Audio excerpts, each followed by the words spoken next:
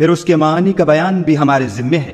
مگر لوگو تم دنیا کو دوست رکھتے ہو اور آخرت کو ترک کیے دیتے ہو۔ اس روز بہت سے منہ رونق دار ہوں گے اور اپنے پروردگار کے محو دیدار ہوں گے، اور بہت سے منہ اس دن اداس ہوں گے، خیال کریں گے کہ ان پر مصیبت واقع ہونے کو ہے۔ دیکھو جب جان گلے تک پہنچ جائے اور لوگ کہنے لگیں اس وقت کون جھاڑ پھونک کرنے والا ہے، اور اس جاں بلب نے سمجھا کہ اب سب سے جدائی ہے اور پنڈلی سے پنڈلی لپٹ جائے، اس دن تجھ کو اپنے پروردگار کی طرف چلنا ہے۔ تو اس عاقبت ناندیش نے نہ تو کلام خدا کی تصدیق کی نہ نماز پڑھی، بلکہ جھٹلایا اور منہ پھیر لیا، پھر اپنے گھر والوں کے پاس اکڑتا ہوا چل دیا۔ افسوس ہے تجھ پر پھر افسوس ہے، پھر افسوس ہے تجھ پر پھر افسوس ہے۔